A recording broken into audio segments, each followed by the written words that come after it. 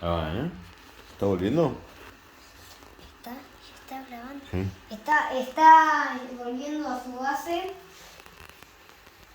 Se dejó algunas partes, pero... ¿Cuántos quedó? ¿Pero cuántos quedan? ¿4, 5? 1, 2, 3, 4, 5.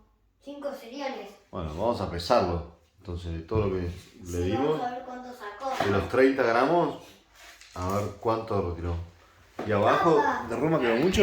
Con razón. Claro, mirá. Mira, se quedaron algunos afuera. Ajá. ¿Y eso como que cuentan? ¿Como que lo juntó o no? Y cuentan porque los trajo a su los estaba trayendo a su tanque, pero no los pudo entrar. Bueno, vamos a probar, vamos a pesarlos. Ah, y perdón chicos por haber cortado la parte anterior porque mi camarógrafo me cortó el video por accidente. Bueno, vamos a ver cuánto sacó. 27, bastante bueno, ¿eh?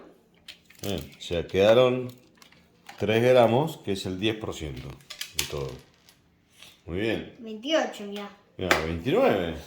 No, mejor. Muy bien. Sacó bastante. Un montón. Nos vemos en Ahora el próximo video. vamos a ponerle otra vez, igual por las dudas, para terminar de sacar esos gramos. Bueno, chao.